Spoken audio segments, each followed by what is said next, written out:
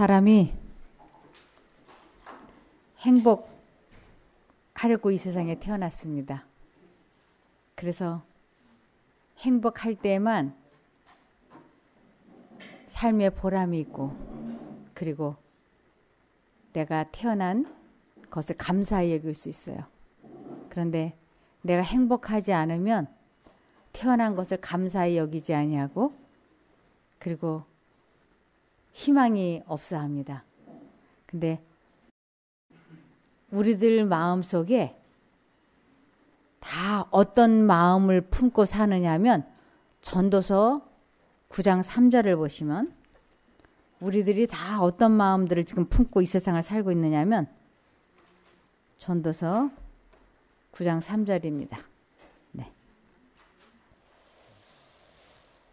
모든 사람의 결국이 일반인 그것은 해 아래서 모든 일 중에 악한 것이니 곧 인생의 마음에 악이 가득하여 평생에 미친 마음을 품다가 후에는 죽은 자에게로 돌아가는 것이라. 너나 나나 할 것 없이 다 무슨 마음을 품고 있다고요? 네, 이 미친 마음이라고 하는 건 또 다른 말로는 사단의 마음인 거예요. 그래서 이 사단의 마음을 품고 있으면 절대로 행복할 수가 없다고 성경에는 나와 있어요. 행복에 있어서 가장 기초가 되는 게 뭐냐면 평안이에요. 그래서 마음이 많이 행복할수록 마음이 많이 평안한데, 이 미친 마음을 품고 있는 것을 성경에서는 악인, 죄인, 미련한 자, 어리석은 자라 그러는데, 그런 사람들에게는 평안이 없다고 돼 있어요. 이사야 57장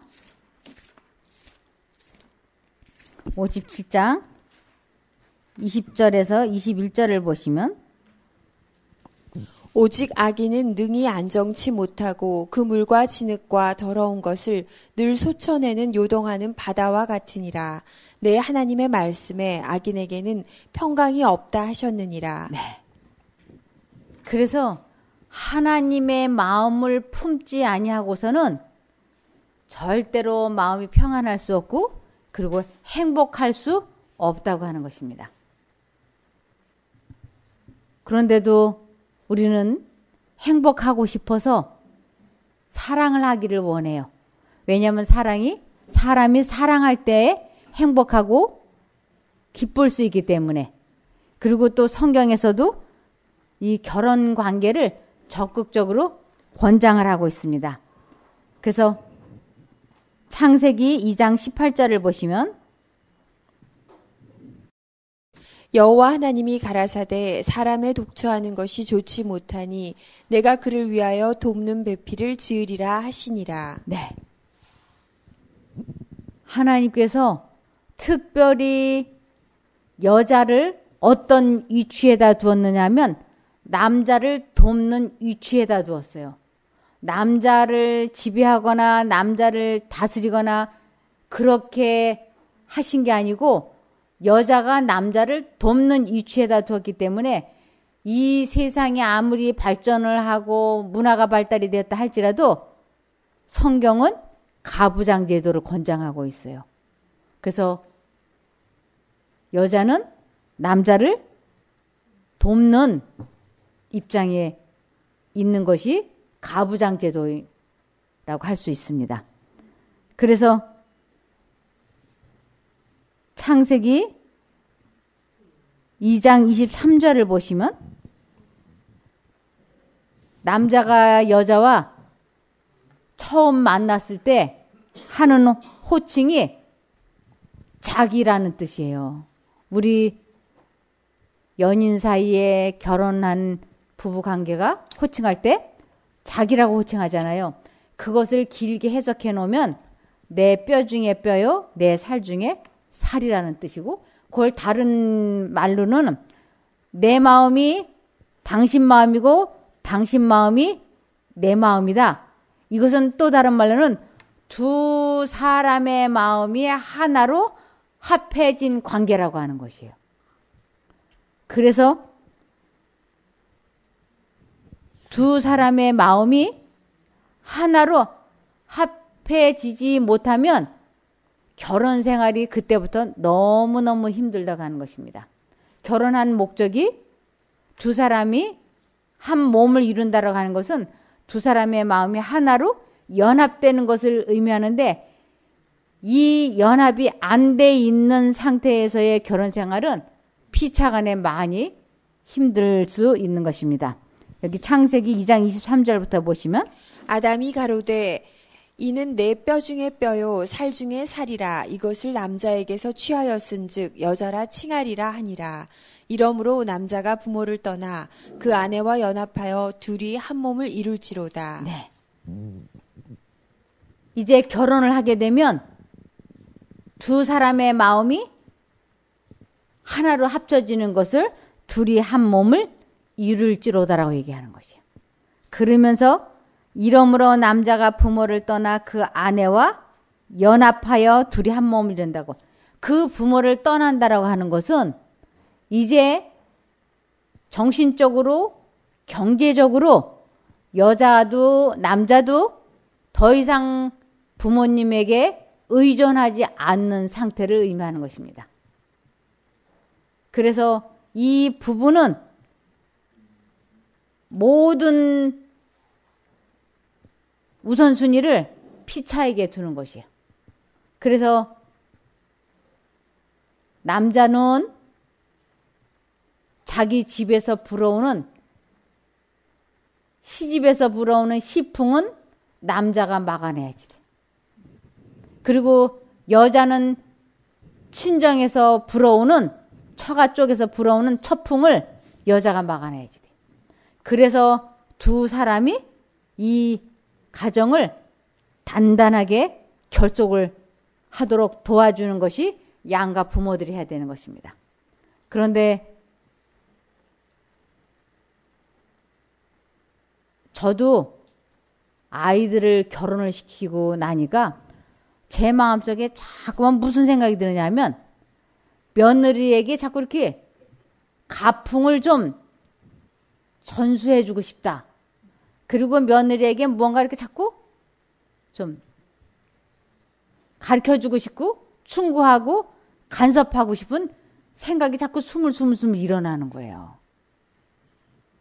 그런데 시어머니가 며느리에게 그냥 안부 전화만 이렇게 해도 며느리는 그 전화를 받을 때 이러고 받아요. 놀래가지고. 그냥 네 여보세요 이렇게. 자기 어머니한테 전화 받을 때는, 친정엄마한테 전화 받을 때는 엄마 왜 그래? 무슨 일이야? 이렇게 받는데, 시어머니에게 전화가 오면 바짝 긴장이 돼가지고 네 어머니 안녕하세요 무슨 일이세요? 이렇게. 이게 뭐예요? 편한 상대가 아니라는 거예요. 그런데 그 시어머니가 자꾸 감나라 배나라 하면 얼마나 힘들겠어요. 그래서 여기에 이러므로 남자가 부모를 떠나, 이 부모를 떠난 것은 부모가 자식을 떠나줘야지 되는 것이에요. 분리시켜 주는 것이에요. 네 나이가 이미 있고, 그리고 이제 두 사람이 같은 배를 탔으니 뭐 순풍을 만나든 역풍을 만나든 둘이 하나님께 기도하면서 헤쳐나가면서 살아라. 그리고 이렇게 놔줘야지 되는 것이에요. 아, 근데 제가 이것이 안 되는 거예요. 자꾸 며느리에게 뭐 이래라 저래라. 그래서 처음에는 좀 그렇게 했어요. 아, 근데 나중에 제가 이게 말씀을 이렇게 연구해보고, 그리고 며느리가 제 전화 받는 목소리가 잔뜩 긴장이 들어가 있더라고요. 그래서 아, 이러면 안 되겠다. 그래서 그 후로는 제가 이렇게 아들 며느리에게 간섭하지 않고 뭐 전화, 안부 전화 날이면 날마다 안 해도 괜찮다. 무소식이 희소식이니까 안부 전화 하지 마라. 그러면서 그들에게 자유를 주니까 아이들이 이렇게 마음을 놓더라고요. 여기 남자가 부모를 떠나서 그 아내와 연합하게 하기 위해서는 특별히 시부모는 시부모대로, 처가 친정 부모들은 친정 부모들대로 간섭하거나 충고하거나 그런 거 일절하지 말고 둘이 살도록 이렇게 손을 떼어주는 것이 도와주는 것이라고 하는 걸 제가 성경을 보면서 알게 됐습니다. 근데 이 남녀가, 아담과 하와가 결혼을 하고 나서 두 사람이 호칭이 자기자기 그러면서 둘이 아주 사이가 좋았어요. 그때는 이 두 사람이 무슨 마음만 품고 살았느냐 하면 미친 마음을 전혀 품지 않은 상태였어요. 미친 마음은 사단의 마음인데 아담과 하와가 예수님의 마음만 품고 있었어요. 그래서 그들은 둘이 하나로 연합할 수 있었던 것입니다. 그래서 아내의 마음에, 남편의 마음에 예수님의 마음이 품어지면 둘이 연합이 되고 행복한 관계가 될 수 있기 때문에 이 두 사람의 마음 속에 하나님이 거하시는 것을, 하나님이 짝지어 주신 것을 사람이, 즉 사단이 나누지 못한다라고 하는 것이에요. 그래서 너희 안에 이 마음을 품으라 곧 그리스도 예수의 마음이니라. 그래서 예수님의 마음을 품는다고 하는 것은 또 다르게는 너희 안에 이 생각을 품으라 곧 그리스도 예수 안에도 있는 생각이니라는 뜻이에요. 그래서 예수님께서 사람의 마음속에 생각을 넣어주시는 것을 사람이 그 생각을 품고 상대방의 자유의지를 존중해 주는 것을 최고의 사랑의 표현이라고 하는 것이에요. 참사랑의 특징은 아내는 남편의 자유의지를, 남편은 아내의 자유의지를 존중해 주는 것, 그것을 참사랑이라 그래요. 그런데 대부분이 결혼하고 나면 예수님의 마음을 품는 게 아니고 누구의 마음을 품는다고요? 네, 미친 마음을 품고 있기 때문에 이 미친 마음, 사단의 마음의 특징이 고집이 세 가지고 상대방을 내 뜻에 굴복시키려고 하는 정신이 미친 마음인 거예요. 그러니까 상대방이 내 뜻에 안 따라오면 참을 수가 없이 화가 나. 그래서 아내는 아내대로 남편 보고 내 말을 왜 안 들어? 내 말을 들어. 여자 말을 들으면 집안이 잘 돼. 이래가면서 남자를 자기 쪽으로 끌고 오려고, 남편은 남편대로 남자 말을 들어야지. 여자가 어디 감히 암탉이 울면 집안이 망해. 그러면서 남자는 남자대로 고집이 세가지고 서로 팽팽하게 당기고 밀고 하다가 줄이 뚝 끊어지는 걸 뭐라 그럴까요? 이혼이라 그래.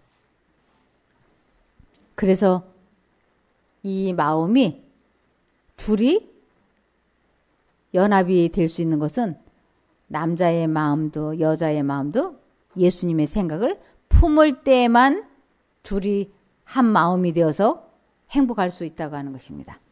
그래서 아담과 하와가 예수님의 마음만 품고 있을 적에는 둘이 호칭이 자기였어요. 자기.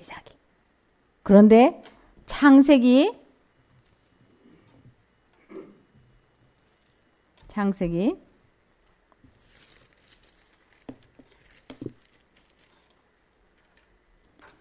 2장 17절을 보시겠습니다. 선악을 알게 하는 나무의 실과는 먹지 말라. 내가 먹는 날에는 정령 죽으리라 하시니. 네. 선악을 알게 하는 나무의 실과, 선악과. 이거는 우리 마음 속에 두 가지 생각이 들어올 때 하나님 쪽을 선택하지 않고 악 쪽을 선택하게 되면 틀림없이 하나님과 내가 관계가 분리되는 것이에요. 이것을 아담과 하와에게 가르쳐 주셨어요. 선악을 알게 하는 것, 즉 악을 알게 하는 죄를 짓는 것을 하지 말라고.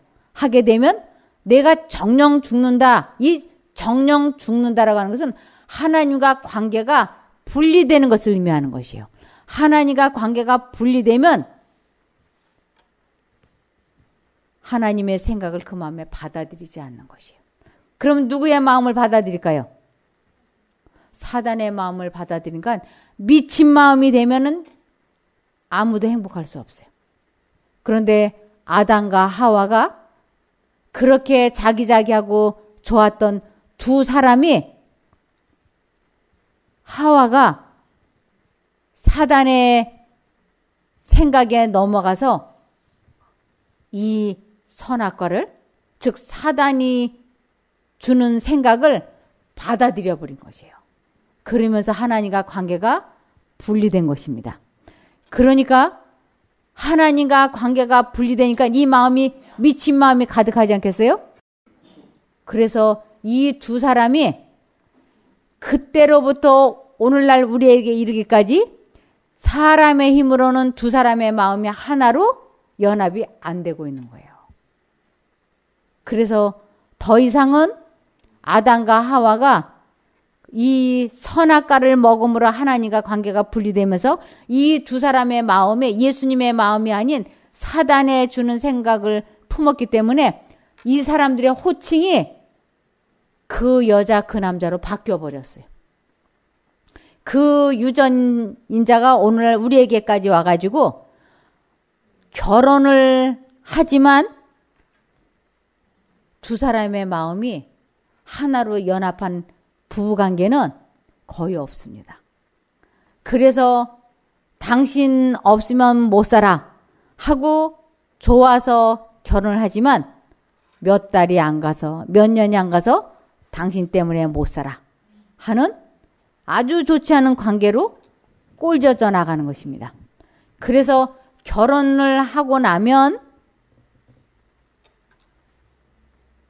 대부분이 깊은 낙담, 절망, 슬픔, 그리고 이혼을 깊이 생각하게 돼요. 나는 한 번도 말다툼도 안 해봤어. 나는 이혼 같은 거 생각도 안 해봤어. 부부싸움을 어떻게 하는 거예요? 이렇게 말하는 사람 전 아직까지 보지 못했어요. 여기 아담과 하와가 그 선악과를 따먹고 나서 그 두 사람의 관계가 어떻게 변했는지 한번 보시겠습니다. 창세기 3장 6절부터 보십시오.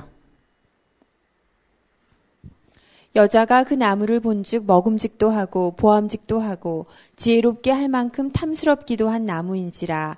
여자가 그 실과를 따먹고 자기와 함께한 남편에게도 주매 그도 먹은지라.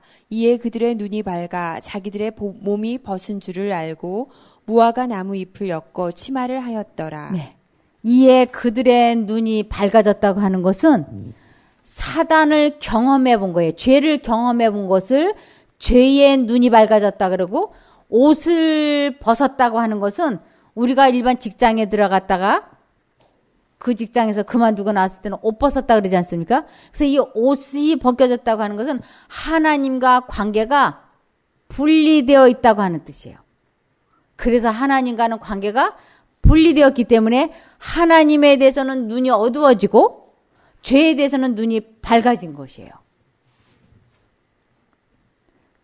하나님에 대해서 눈이 어두워지니까 과거에는 죄를 짓기 전에는 하나님이 더할 수 없이 사랑이시고 좋았는데 하나님에 대해서 눈이 어두워지니까 죄에 대해서는 눈이 밝아지고 하나님에 대해서 눈이 어두워지니까 이때부터 하나님이 무서운 거예요. 그래서 하나님을 잘 정성을 들여서 섬겨야 하나님이 복 주시고 안 그러면 하나님이 벌 주고 혼내주는 그런 하나님으로 사람들의 마음속에 인식되기 시작을 한 것이에요. 그런데 하나님께서는 아담과 하와의 그러한 상태를 아시고 아담과 하와를 찾아오셨어요. 우리가 하나님을 찾는 게 아니고 하나님께서 우리를 찾아오셔서 하시는 것이 내가 너의 죄를 기억하지 아니하고 이미 너를 다 용서했기 때문에 너와 나는 관계를 회복해야 된다고 하는 것을 가르쳐 주시려고 아담과 하와를 찾아오셨습니다. 7절. 이에 그들의 눈이 밝아 자기들의 몸이 벗은 줄을 알고 무화과 나무 잎을 엮어 치마를 하였더라. 계속요. 그들이 날이 서늘할 때 동산에 거니시는 여호와 하나님의 음성을 듣고 아담과 그 아내가 여호와 하나님의 낯을 피하여 동산 나무 사이에 숨은지라. 여호와 하나님이 아담을 부르시며 그에게 이르시되 내가 어디 있느냐. 가로되 내가 동산에서 하나님의 소리를 듣고 내가 벗었으므로 두려워하여 숨었나이다. 가라사대 누가 너의 벗었음을 내게 고하였느냐. 내가 너더러 먹지 말라 명한 그 나무 실과를 내가 먹었느냐.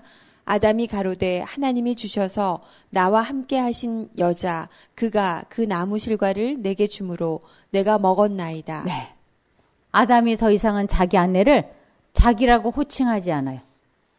이미 그의 마음이 변했어요. 그 여자, 그 남자로. 그래서 하나님이 그 마음에서 성령이 거쳐진 상태에서는 그때나 지금이나 왜 부부관계가 이렇게 하나 되기가 힘이 드는가? 그것은 마음에 주님이 거하시지 않기 때문인 것입니다. 그래서 이때부터 이 남녀의 마음은 더 이상 예수님이 마음을 주장하지 않고 있는 이러한 상태에서의 부부관계는 아주 참 많이 힘들 거라고 하는 것이 여기에서 예언되기 시작했습니다. 여기 먼저 하나님께서는 여자의 일생을 예언하셨어요. 창세기 3장 16절 여자의 일생이 이제 예언됩니다. 또 여자에게 이르시되 내가 내게 잉태하는 고통을 크게 더하리니 내가 수고하고 자식을 낳을 것이며 너는 남편을 사모하고 남편은 너를 다스릴 것이니라 하시고. 네. 여자에게 내게 잉태하는 고통을 크게 더한다고 그러셨어요. 이 10달 배 아파서 자식을 낳는 것 그건 아무것도 아니에요. 자식을 하나를 낳건 둘을 낳건 셋을 낳건 자식을 낳기만 하면 엄마는 자기 자신의 생명이 멈추는 그날까지 자식으로 인해서 정신적으로 겪어야 되는 그 어려움이 아주 많을 것이라고 하는 것이에요. 그래서 엄마와 자식은 마치 신경이 연결된 것 같아가지고 아들이 울면 엄마 마음도 울고 아들이 웃으면 엄마 마음도 웃어요. 그래서 아이가 아프다든지 아니면 학교에서 왕따를 당했다든지 자식이 잘못되었다고 하면 부모는 얼마나 정신적인 고통을 겪는지 모릅니다. 그러한 것을 내가 수고하고 자식을 낳을 것이라고 예언해 놓으신 것이에요. 그래서 이 자식을 잘못 키워놓으면 그 부모에게는 재앙이 시작이 되었다라고 성경에는 나와 있는 것이에요. 그러므로 이 자식을 교육시키는 것이 얼마나 중요한지 모릅니다. 그리고 또 여기 내가 수고하고 자식을 낳을 것이며 너는 남편을 사모하고 그랬는데 이 남편을 사모하고라는 뜻은 현대어 성경에는 내가 남편을 마음대로 하고 싶겠지만이라는 뜻이에요. 그러나 절대로 그렇게 되지 않을 것입니다. 남자가 여자 말을 그렇게 호락호락하게 따라주지 않아요. 남편은 너를 결국 어떻게 할 거라고요? 너를 다스릴 거라고. 그래서 가부장제 된 것이에요. 남자는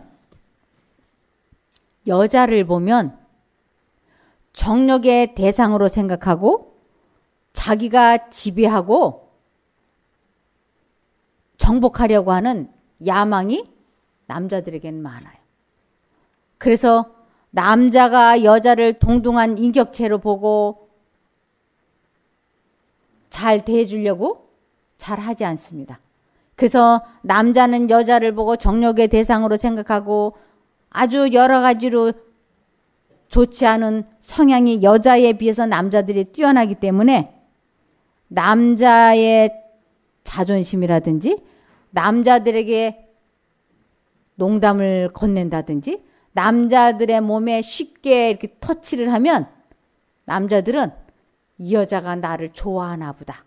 이렇게 생각을 해서 남자들이 아주 이상한 행동을 할 가능성이 있기 때문에 여자는 이러한 남자의 특성을 이해를 잘하고 남자 몸에 손을 대지 않도록 아주 조신하게 처신을 해야 된다고 하는 것입니다.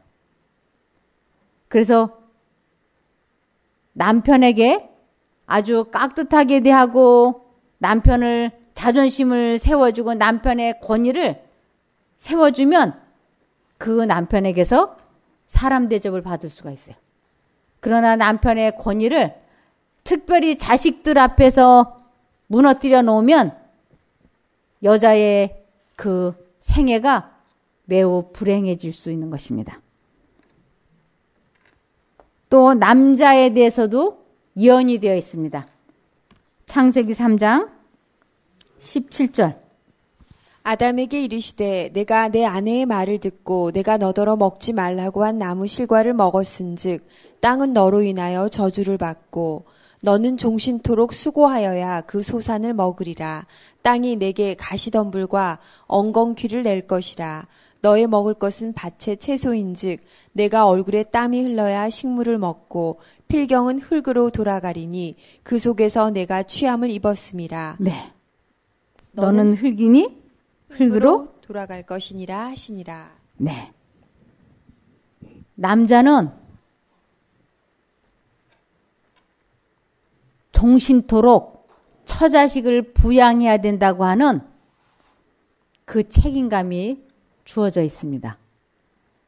그래서 결혼할 때 여자들은 남자의 무엇을 보고 결혼할까요? 네, 능력을 봅니다. 그리고 남자는 자기를 돕는 여자를 선택하기 때문에 여자의 능력은 별로 보지 않아요. 주로 뭘 볼까요? 네, 인물을, 외모를 중시하는 것이죠.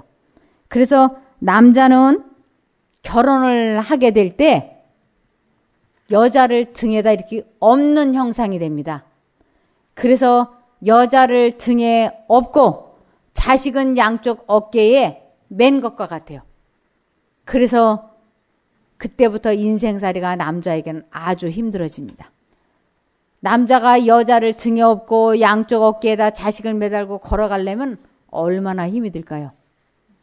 그래서 남자들이 등골이 휜다고 하는 것이 그래서 그래. 처자식을 부양하기 위하여. 그러면서 이 세상에서 돈을 버는 것이 생활비를 벌어다 처자식을 부양하는 것이 얼마나 어려운지를 여기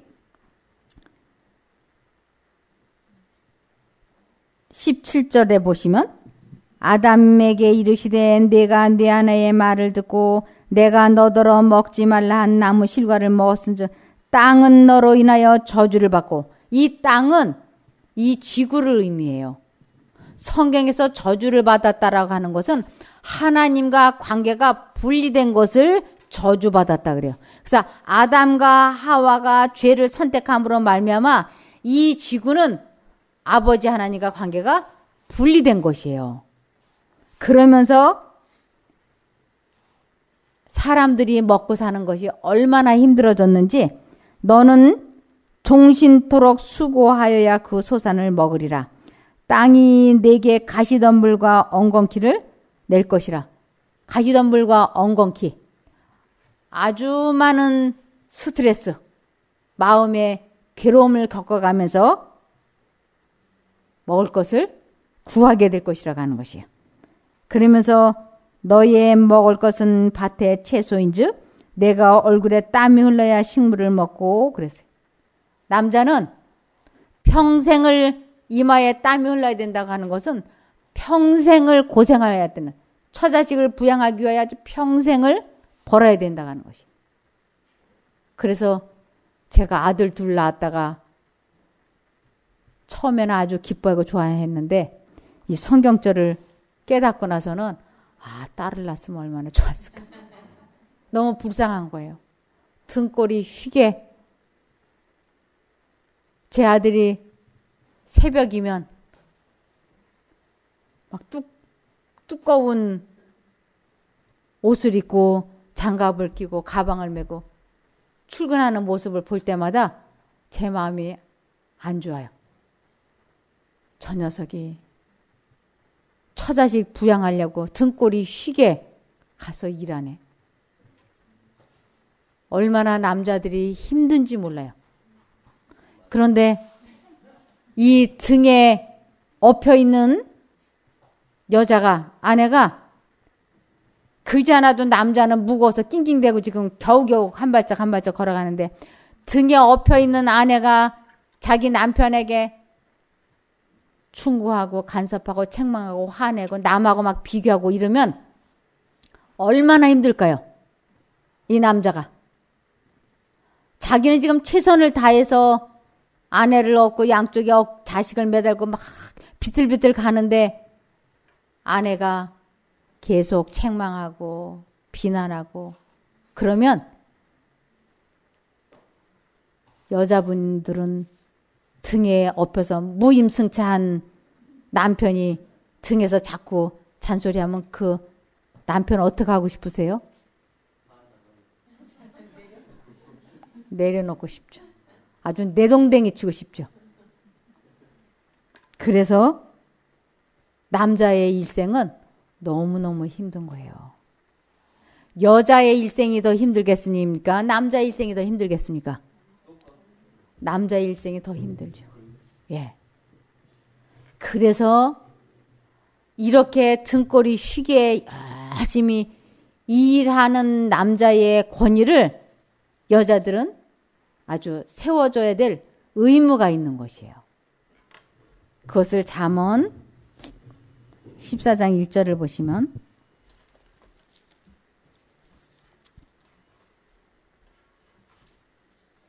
무릇 지혜로운 여인은 그 집을 세우되 미련한 여인은 자기 손으로 그것을 허느니라. 이 집을 세우다, 이 집은 남편을 의미하는 것이에요.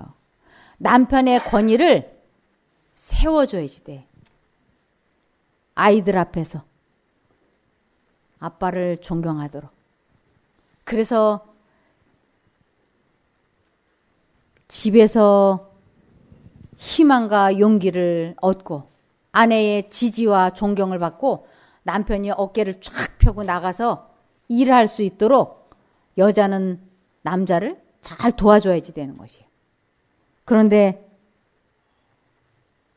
그런 여자는 지혜로운 여자만이 그렇게 한다고요. 이 지혜롭다고 하는 것은 하나님의 마음을 갖고 있는 여자라야 그 남편이 실수했을 때 허물을 덮어주고 아이들 앞에서 남편의 권위를 세워줄 수 있다고요. 그렇지 않으면 무릇 지혜로운 여인은 그 남편의 권위를 세우되 미련한 여인은 자기 손으로 그것을 허느니라.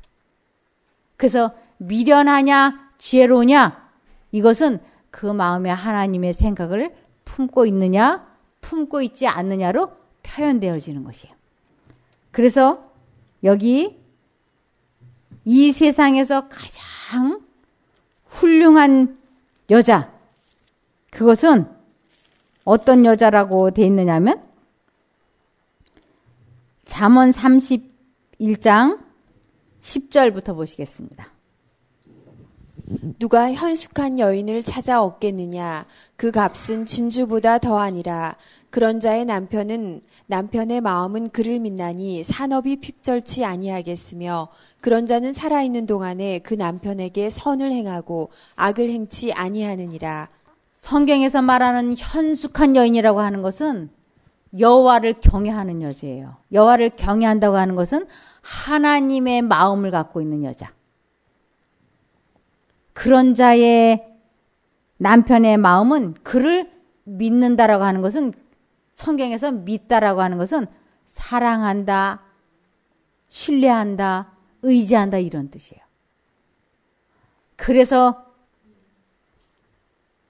그러한 하나님의 마음을 가진 여자는 이 세상에서 가장 가치 있는 여자라고요.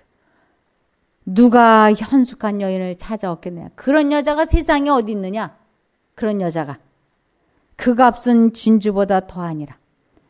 그런 자의 남편의 마음은 그를 믿나니 산업이 핍절치 아니하겠으며. 가화만사상이라 그러잖아요. 가정이 화목해야지 돼. 그래서 그런 자는 살아있는 동안에 그 남편에게 선을 행하고 악을 행치 아니하느니라.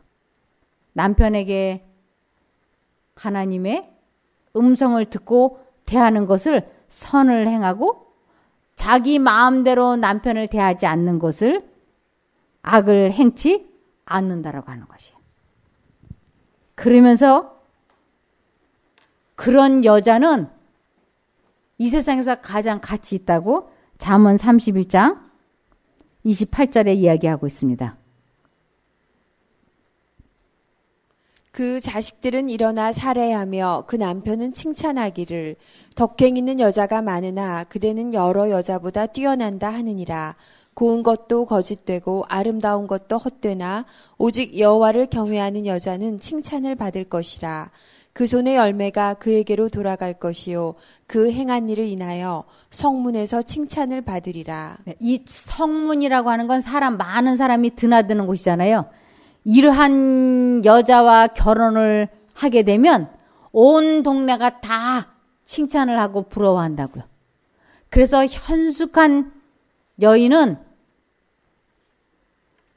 집과 재물은 부모로부터 상속받을 수 있지만 좋은 배우자는 하나님께로부터 선물 받지 않고서는 만날 수 없다고 돼 있어요.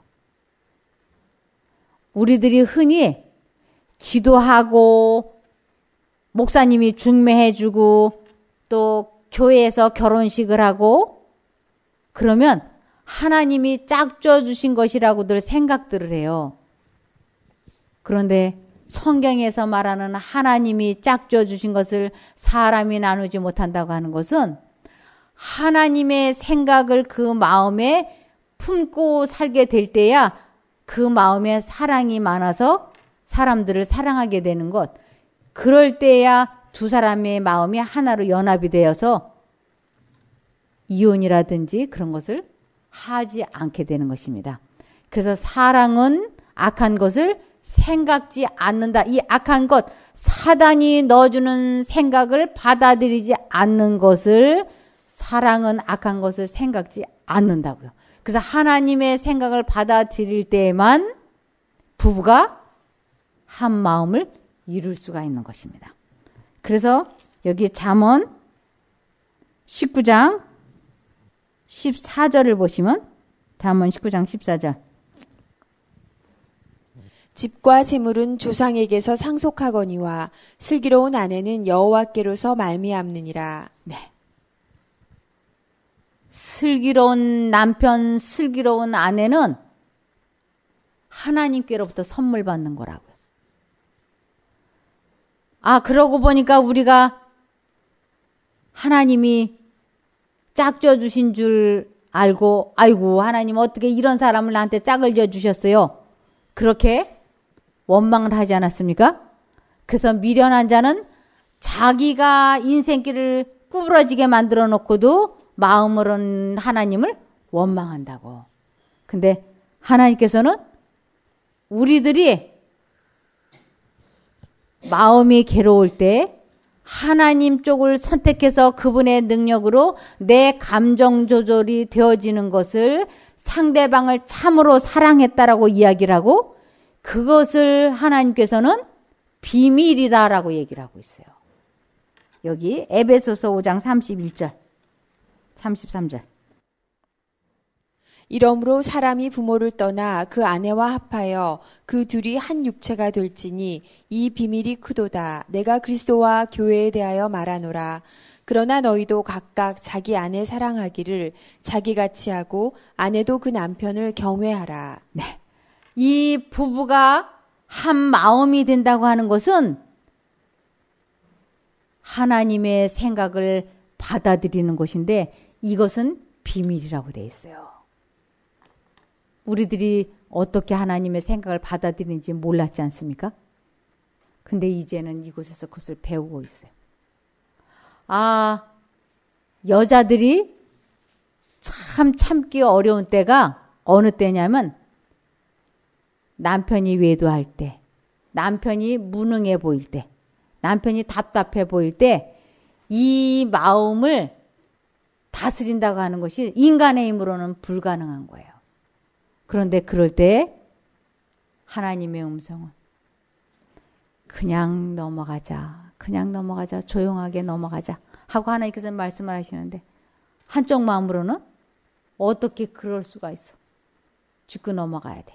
그래서 상대방에게 막 말하고 싶어요. 이 두 생각이 마음을 많이 괴롭히고 있을 때를 환난이라 그래요. 이 환난일 때 시편 50편 15절에 시편 50편 15절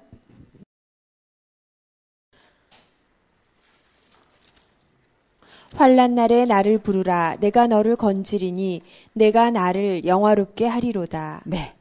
이 마음이 막 괴롭힐 때 내가 상대방에게 어떤 경우에도 화를 내거나 나쁜 말을 하지 않겠다고 굳게 결심을 하고 하나님을 부르면 하나님께서 내 결심이 절정에 이르렀을 때 하나님의 능력으로 내 마음이 다스려지는 것을 경험하는 것을 하나님을 만났다.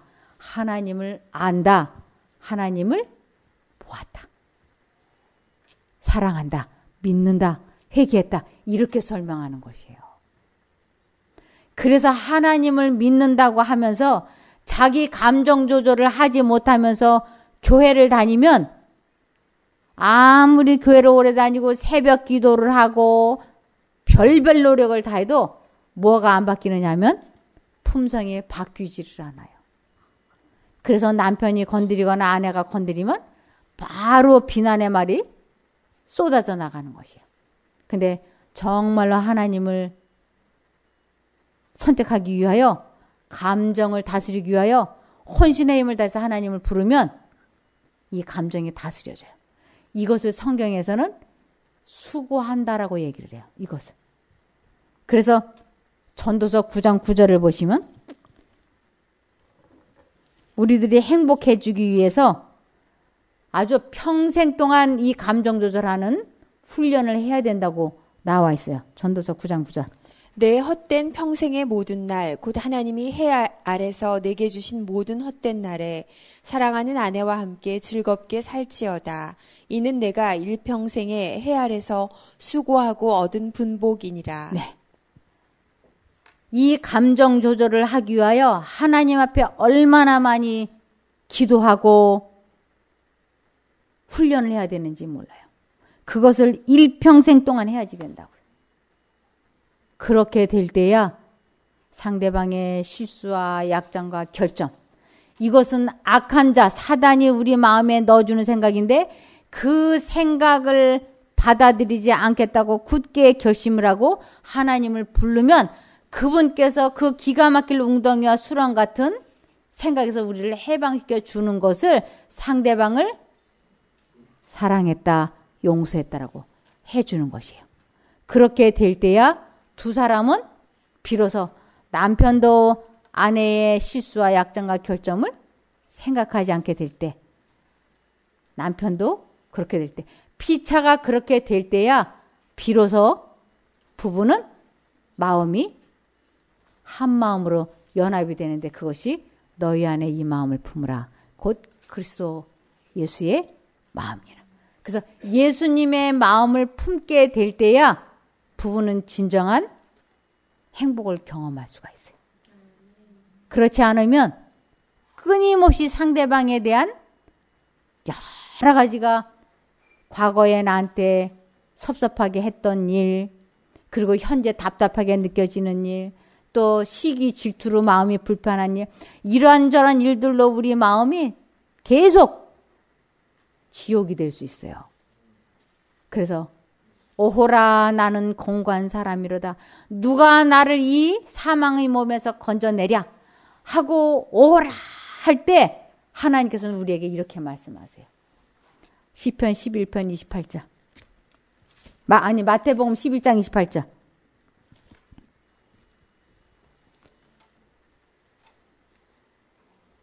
수고하고 무거운 짐진 자들아 다 내게로 오라. 내가 너희를 쉬게 하리라. 우리들의 생각들이, 즉 사단이 악한 자가 넣어주는 그 상대방에 대한 약점과 결점이 우리들을 짓눌러서 우리들이 불행하게 되잖아요. 그럴 때 하나님께서는 내게로 오라고 말씀을 하시는 것이에요. 그래서 하나님께로 돌아간다고 하는 것은 이사야 55장 7절. 이사야 55장 7절. 악인은 그 길을, 불의한 자는 그 생각을 버리고 여호와께로 돌아오라. 그리하면 그가 긍휼히 여기시리라. 우리 하나님께로 나아오라. 그가 널리 용서하시리라. 네. 하나님께로 돌아간다고 하는 것은 그 좋지 않은 상대방에 대한 약점과 결점은 집체만하게 보이는 거예요. 이 보인다라고, 본다라고 하는 건 생각하다라는 뜻이에요. 상대방의 실수와 약점과 결점은 막 집체만하게 생각돼. 장점은 찾아보니까 탁구 공부하네. 아예 장점은 보이지도 않는 거예요. 사단이 그렇게 생각을 주입시키고 있는 것이에요.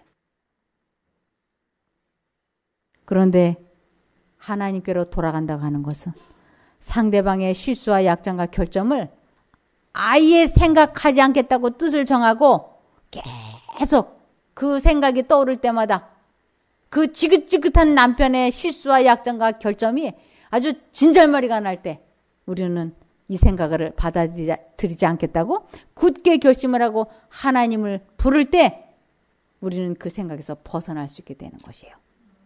그것을 부부가 서로 사랑한다고 하는 것이에요. 그것을 목숨 바친 참사랑이라고 하는 것이에요. 그래서 부부간의 최고로 좋은 참사랑은 바로 상대방의 섭섭함, 실수, 약점, 결점을 생각하지 않고 그 모든 허물을 덮어주는 것을 최고의 사랑이라고 하기 때문에 그것을 목숨 바친 참사랑이라고 하는 것입니다. 우리가 결혼한 것은 행복할 수 있는 것은 이러한 참사랑을 하게 될 때 비로소 행복할 수 있어요. 그렇지 않으면 상대방의 약점과 결점이 머릿속에 떠오를 때마다 우리는 몸서리가 쳐지게 싫지 않습니까? 남편은 남편대로, 아내는 아내대로 상대방의 약점을 생각하지 않기 위하여, 실수를 생각하지 않기 위하여 끊임없이 예수님을 불러야 되는 것입니다. 로마서 10장 13절. 누구든지 주의 이름을 부르는 자는 구원을 얻으리라. 네. 어디에서? 자신의 생각 속에서. 그래서 머릿속에서 잡념에서 해방이 될 때 우리에게는 세 가지의 상급을 하나님이 주십니다. 이 감정 조절을 하게 될 때, 그 악한 생각에서 해방이 될 때 세 가지의 상급이 있는데, 첫 번째로는 하나님 마음속에 있는 평안을 사람에게 나누어 주신다고 약속을 하셨어요. 요한복음 14장 27절. 평안을 너희에게 끼치노니 곧 나의 평안을 너희에게 주노라. 내가 너희에게 주는 것은 세상이 주는 것 같지 아니하니라. 너희는 마음에 근심도 말고 두려워하지도 말라. 네. 하나님께서 주시는 그 깊은 평안. 이 평안이 곧바로 우리들에게 어떤 영향을 끼치느냐 하면 잠언 하늘의 평화가 우리 마음에 임하기 시작할 때 즉시 무슨 일이 일어나느냐면 잠언 17장 22절. 마음의 즐거움은 양약이라도 심령의 근심은 뼈로 마르게 하느니라. 네. 마음의 평화, 기쁨은 뭐라고요? 양약이에요. 하나님의 평안이 내 마음을 사로잡으면 치료가 아주 급속할 거라고. 아주 치료가 급속할 거라고. 그러면서 곧 이어서 무슨 일이 또 일어나느냐면 마태복음 6장 33절. 너희는 먼저 그의 나라와 그의 의를 구하라. 그리하면 이 모든 것을 너희에게 더하시리라. 네, 모든 것 속에는 재물이 들어가 있는 거예요.